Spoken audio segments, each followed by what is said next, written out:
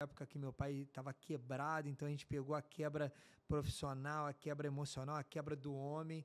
Mas meu pai sempre me ensinou uma coisa: tem a palavra, a sua palavra vale mais do que dinheiro. Vale muito. Se você fizer isso, você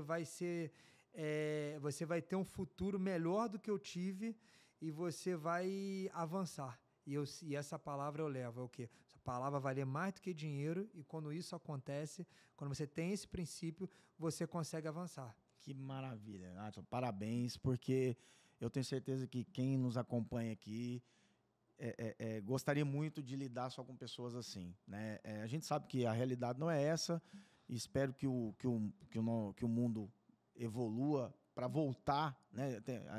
A gente evoluir é muito bom, mas Exato. tem coisas que, infelizmente, a gente poderia voltar ao que era no passado, né? E isso é uma coisa que faz muita diferença.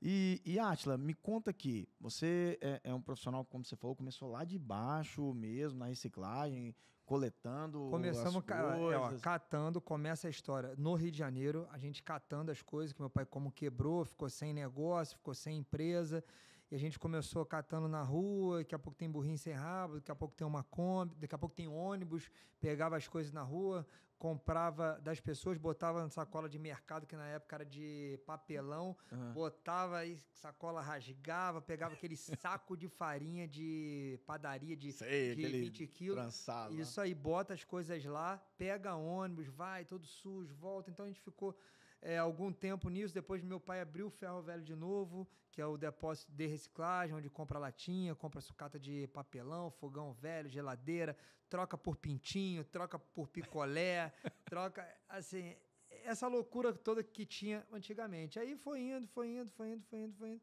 E a gente foi indo, começamos pequeno começo, realmente do zero, quando você está catando.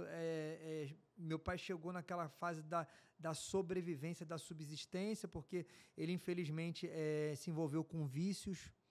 Então, alcoolismo, drogas, mulheres, então, jogo. Então, eu fui criado nesse meio, mas não fui contaminado. Não se corrompeu. Não me corrompi. Eu tive a Legal. oportunidade de viver, de conviver, mas eu não levei nada para o coração. Aquilo foi uma fase, então a gente passou. Foi um tempo muito edificante, que as pessoas passam pelos processos e não dão valor. E essa semana mesmo eu estava falando com a minha esposa o quanto isso foi importante, o quanto isso criou uma casca na gente. Não é que eu estou falando que você tem que passar por coisa ruim, não. Sim, sim. Mas tem momentos da nossa vida que a gente passa e aquilo é o quê? É para te preparar para o próximo nível. É para Deus conhecer o quê? O seu caráter. Porque Deus está provando o nosso caráter na adversidade, sabendo como que a gente vai se Todo comportar. dia, né? E todo todo dia ele está nos vendo. Exatamente. E aí a gente foi indo. Aí viramos Ferro Velho, depósito de reciclagem. Aí meu pai deu uma parada, eu continuei. Ele abriu o depósito dele, ele ficou com o depósito. Aí eu segui. Eu com 22 anos sigo carreira solo. Sim. Eu vou fazer 42 anos agora. E aí eu comecei... 20 anos numa jornada solo, vamos dizer assim. Isso aí, Solo, lógico, tem sua esposa, família, Sim. mas... O Átila já sem a família, né? Porque Exatamente. primeiro lá era avô, pai, Isso. aí Minha já... irmã trabalhou um certo momento e eu vou seguir solo, abro um depósito do zero, começo a trabalhar, começa aquela dificuldade toda, aí compra um caminhão, compra 2, compra 3, trabalha muito, trabalhando 18 horas por dia, de 16 a 18 horas por dia, de segunda a segunda. Sei bem o que é isso. E a gente sabe que o trabalho nunca mata, né? O trabalho sempre edifica. Sim. Aí Muito. a gente chega a um certo momento que a gente conhece a exportação. Eu venho numa feira, eu saio do Rio de Janeiro, a empresa fica no Rio, saio do Rio, conheço São Paulo, conhecia São Paulo só de televisão, de jornal, naquela época não tinha internet, e a gente começa a batalhar isso, começa a trabalhar, e eu fui numa feira, peguei um cartão do pessoal da Índia, de umas trades americanas, e consegui fazer a minha primeira exportação de sucata. Que legal. Eu não tinha o material, não tinha o volume, mas sabia quem tinha. Você intermediou, então. Intermediei. Que legal. Falava inglês? Não. Zero? Não falava inglês, não sabia nenhuma terminologia. Aí eu comecei a estudar, pegava dicionário, ia para biblioteca, almanaque, via, conversava com um, aquela luta.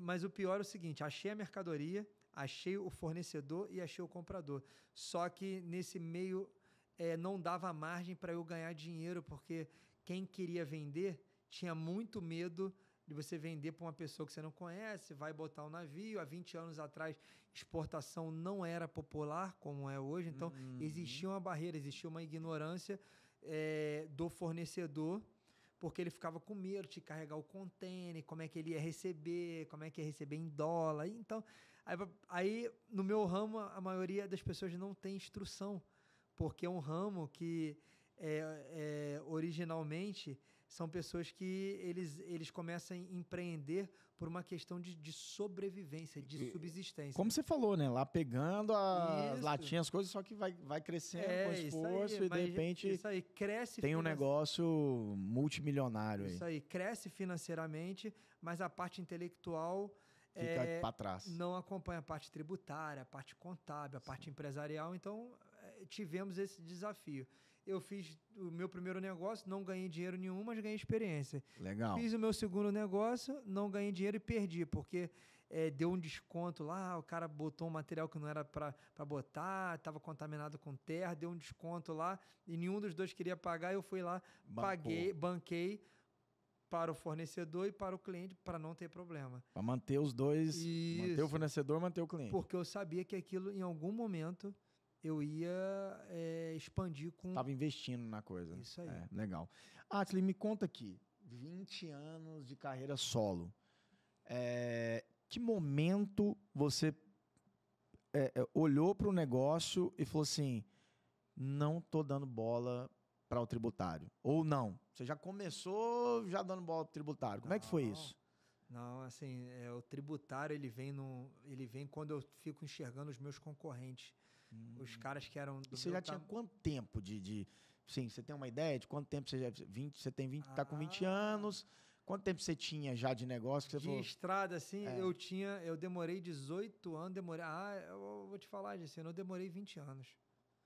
Mais de 20 anos, assim, 20 anos para eu começar a entender que o tributário era importante. Mas 20 anos lá quando você começou com seu pai. Então vamos... Somando tudo, vamos botar, eu demorei... Você devia ter uns 10 anos de negócio solo, então. Isso aí. Tá, então já tem uns 10 anos que você olha diferente para o tributário. Olho diferente. Olha diferente para o tributário, Exatamente. tá. E, Átila, você acha que teria feito diferença se você tivesse olhado desde o começo? Aí Pergunta óbvia, né? Eu vou te falar, doutor, eu não gosto de olhar para trás, mas... seria, assim, eu posso te falar seguramente 10 vezes maior. 10 vezes maior, porque eu peguei uma época, eu já peguei, essa época que eu não tinha despertado, não era, como é que se diz? As informações não eram cruzadas, então um monte de coisa que o empresário fazia, que eu poderia ter acesso a uma inteligência tributária, a um contador certo, a um advogado certo, a uma assessoria certa, e eu não tinha, eu trabalhava muito e ficava patinando nisso. Esse é o mal que eu vejo, sabe? O empresário, ele fica totalmente voltado para o operacional e esquece que tem outras áreas tão importantes quanto, que é a tributária, uma delas, e tantas outras. Mas a área tributária, eu vejo que é uma área que normalmente o empresário olha para ela quando ele tem algum problema, alguma dor, quando tem uma auto-infração, quando tem alguma coisa. Normalmente, ele espera ter uma dor para ter esse problema. Comigo foram duas situações. Foi a dor do crescimento, porque a gente começou a crescer. Que é uma dor, né? Porque às vezes a pessoa quer crescer é dor. E esquece. Por exemplo, o sujeito quer crescer, tá lá com uma tributação no Simples, tá tudo ok, e de repente, meu amigo, você tem que mudar agora para o lucro presumido, para o lucro real. Você nunca tirou nota de nada? Vai ter que pedir nota de tudo, vai ter que fazer isso.